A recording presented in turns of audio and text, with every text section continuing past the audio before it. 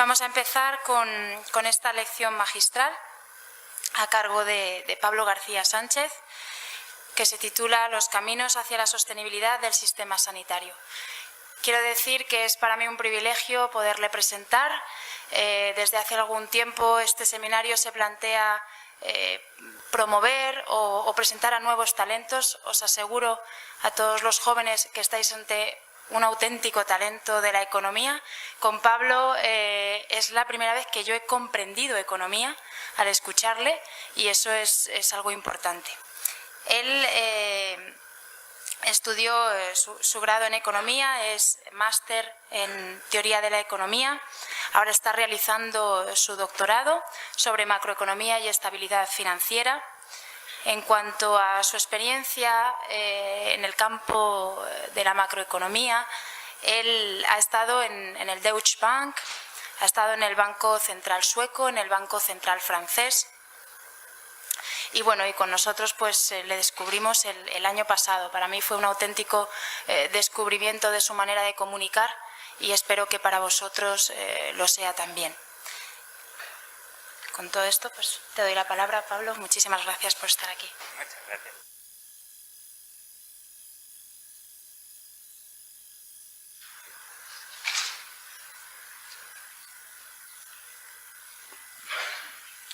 Bueno, muchas gracias. Buenos días. Pues hoy voy a hablar de los caminos hacia la sostenibilidad del sistema sanitario español. Y la viabilidad del sistema sanitario se encuentra en tela de juicio.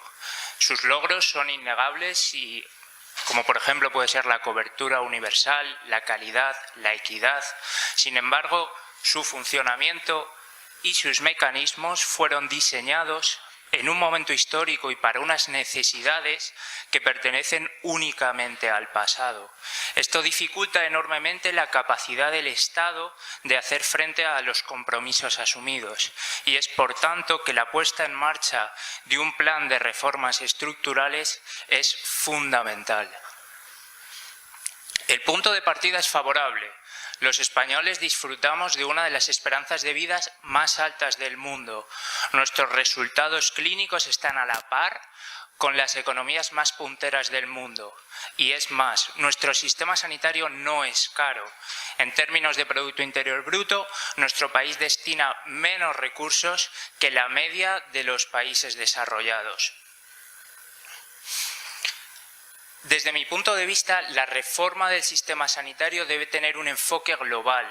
Esto se debe a que la promoción de la salud consiste en posibilitar o dar la posibilidad a toda la población de satisfacer sus necesidades, alcanzar sus metas, aclimatarse a su entorno. Es por ello que la promoción de la salud va más allá de factores meramente clínicos. Por ejemplo, para la Organización Mundial de la Salud, los principales determinantes de la salud incluyen la educación, la alimentación, la renta, un ecosistema estable, la justicia social, la equidad, la paz. Por tanto, vemos cómo al hablar de viabilidad del sistema sanitario debemos considerar otros conceptos que factores puramente económico-financieros. Por tanto, debemos combinar diferentes enfoques. Un enfoque, por supuesto, económico, pero también social, demográfico, climático. Y es que, por ejemplo, debemos reconocer los efectos negativos que tienen y tendrán la degradación medioambiental, el cambio climático, en las condiciones de vida y en la salud de toda la población, y particularmente de las clases más desfavorecidas. Por tanto, en este contexto, las claves deben ser, en un primer lugar, una acción coordinada y conjunta de todos estos enfoques. El objetivo debe ser, por tanto, mejorar las condiciones de vida de toda la población. Y un punto importante que repetiré a lo largo de esta charla es que toda medida debe ser adaptada a las condiciones políticas, económicos, sociales, culturales de cada región. Lo que funciona en región A puede no funcionar en región B y viceversa, y esto debe ser tenido en cuenta. Déjenme ahora hacer una perspectiva internacional. Durante las últimas 2 décadas, en todos los países desarrollados, el crecimiento del gasto sanitario ha sido mayor que el crecimiento de los recursos económicos. Por ejemplo, en el gráfico, cada punto representa un país. Y lo que vemos es que todos los puntos están por encima de la línea de los 45 grados, lo que significa que la tasa media de crecimiento del gasto público ha sido en todos los países superior a la tasa media de crecimiento del Producto Interior Bruto. Esto, evidentemente, supone un desafío para las principales economías mundiales. Cabe preguntarse, por tanto, ¿por qué es tan complicado controlar el gasto público? La razón más importante es que el sistema sanitario es uno de los pilares del estado del bienestar y, por tanto, las expectativas ciudadanas del sistema sanitario son altísimas. Y el segundo factor que complica el control del gasto sanitario es la complejidad del sistema. Por ejemplo, podemos considerar el alto número de participantes en el sistema sanitario, y va a incluir pacientes, profesionales, administración, intermediarios comerciales, empresas. Esta complejidad del sistema complica enormemente también el control del gasto. La evolución en nuestro país. Observamos una trayectoria expansiva, al igual que en el resto de las economías mundiales, del gasto en salud. Por ejemplo, en 1985, el gasto en salud en términos de Producto Interior Bruto era del 5%. En 2015 es del 9%, se ha casi doblado. Esto, evidentemente, es un desafío para el Estado español. Sobre todo, las previsiones son que esta trayectoria expansiva va a continuar en el futuro.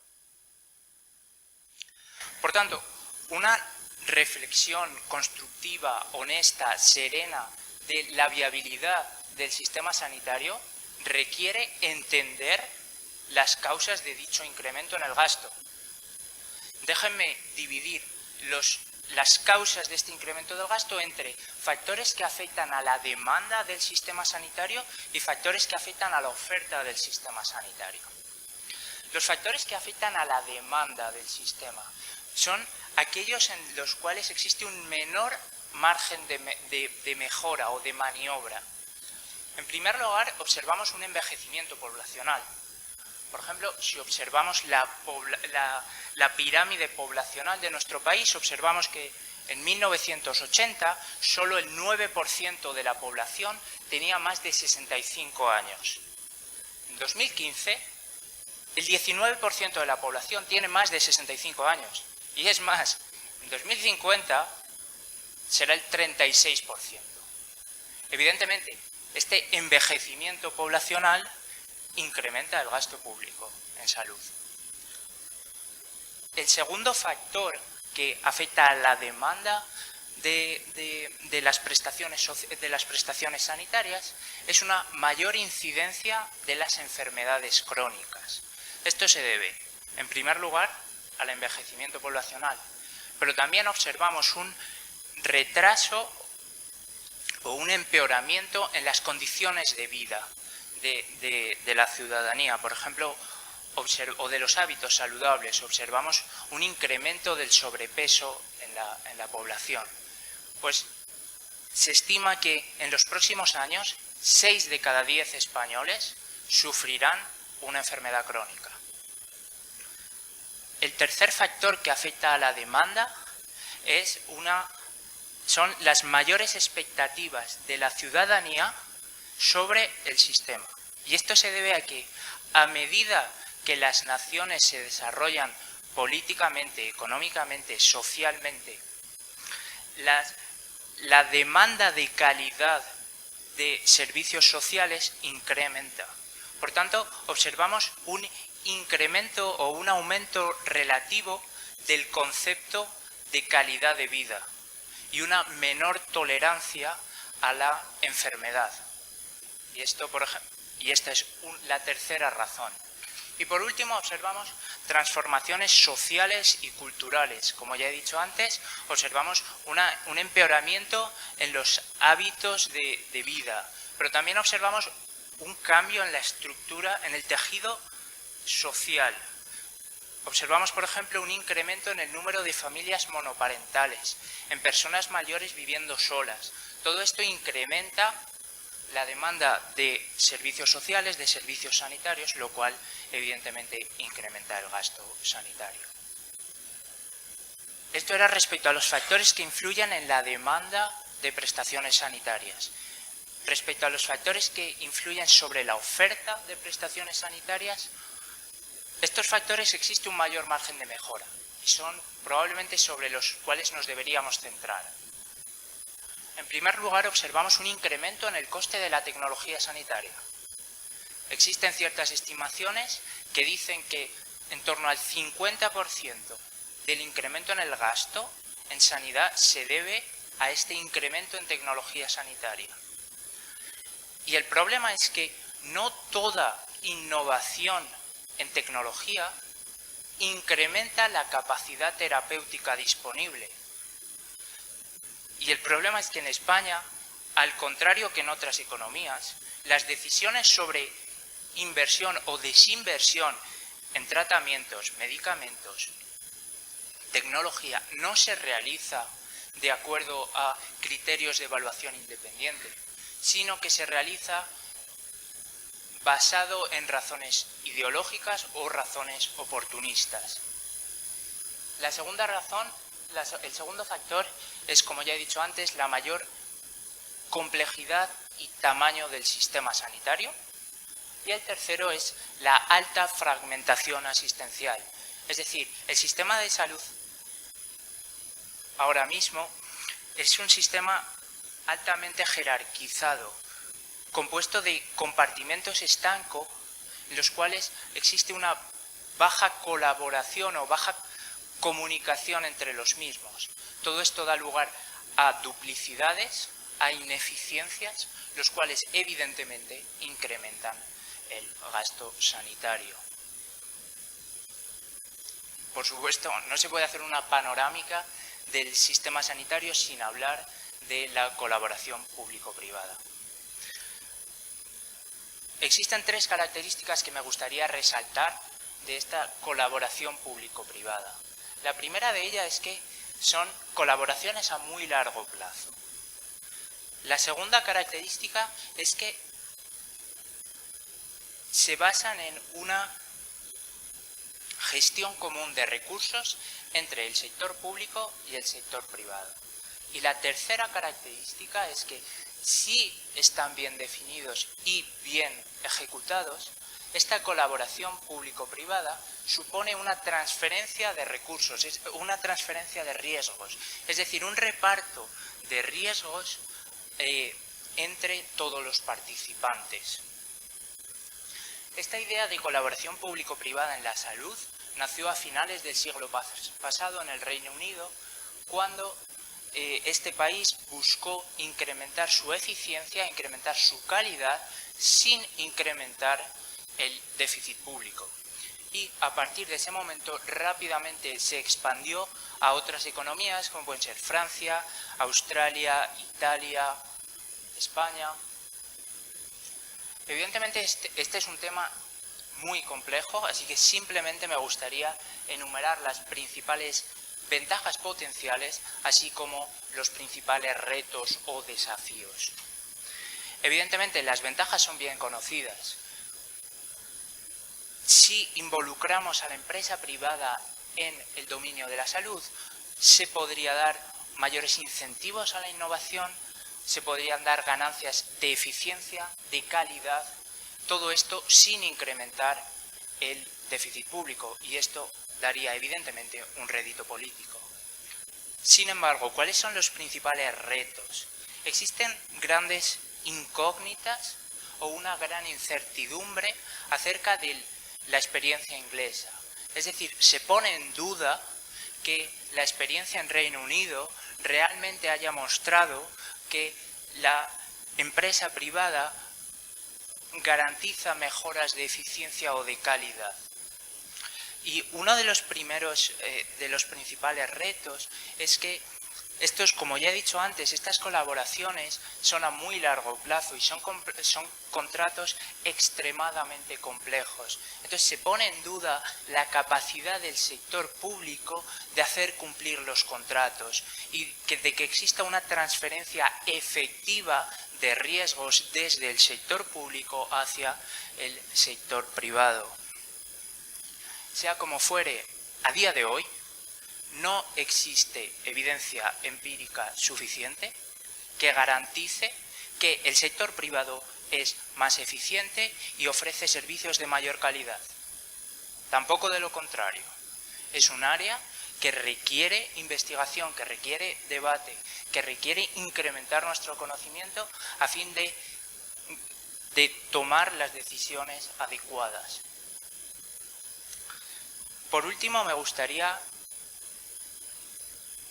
sentar las bases de lo que para mí debería ser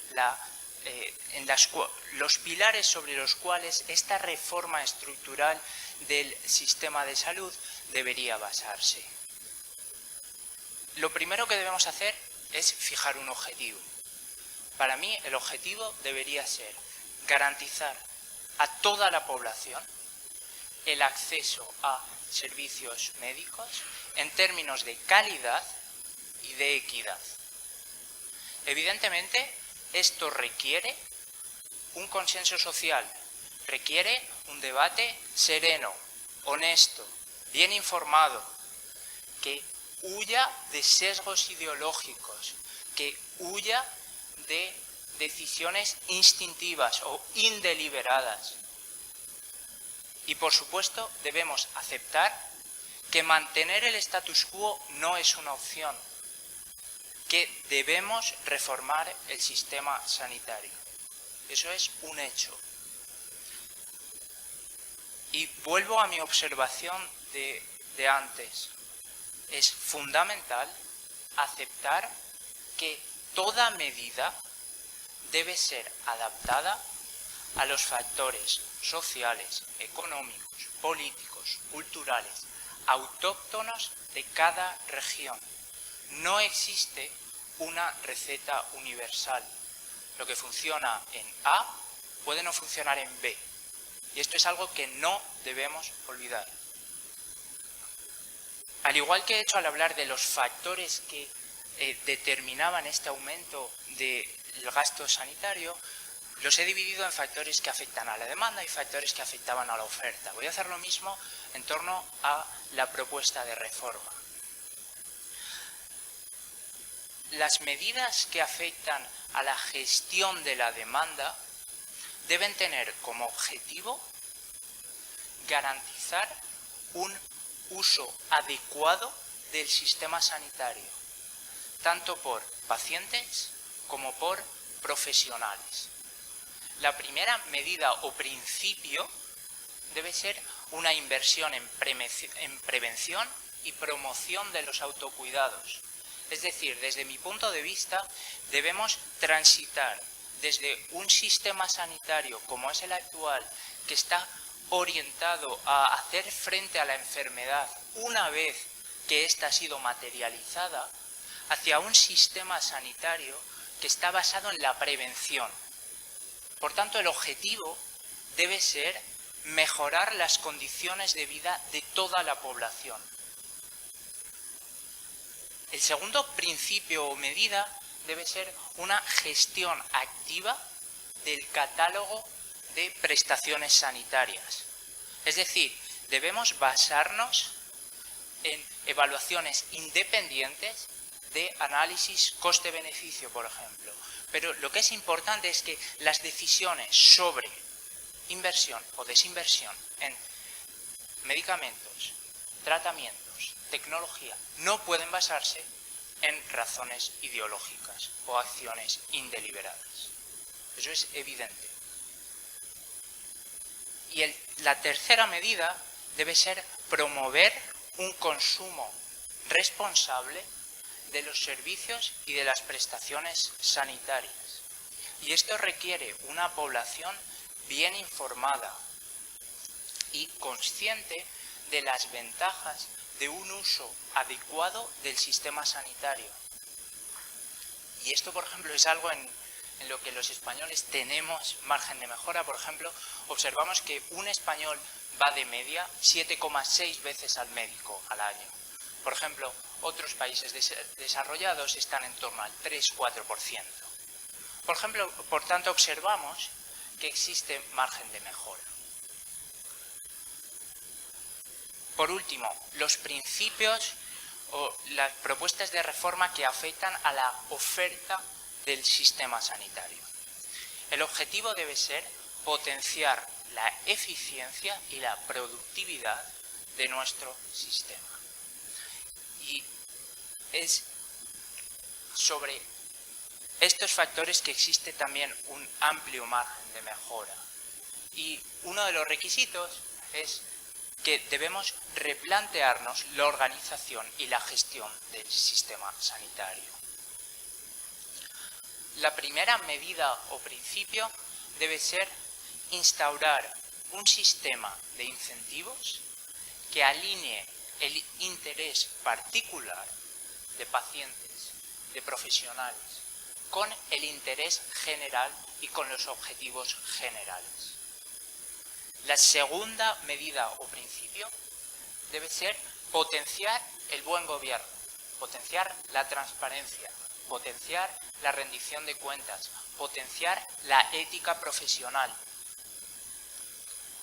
Y la tercera medida debe ser la implicación de los profesionales. Y es que son los profesionales sanitarios los que deben liderar el cambio.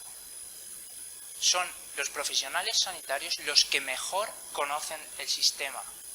Y es más, son de los que la calidad y la equidad del sistema depende enormemente de sus acciones.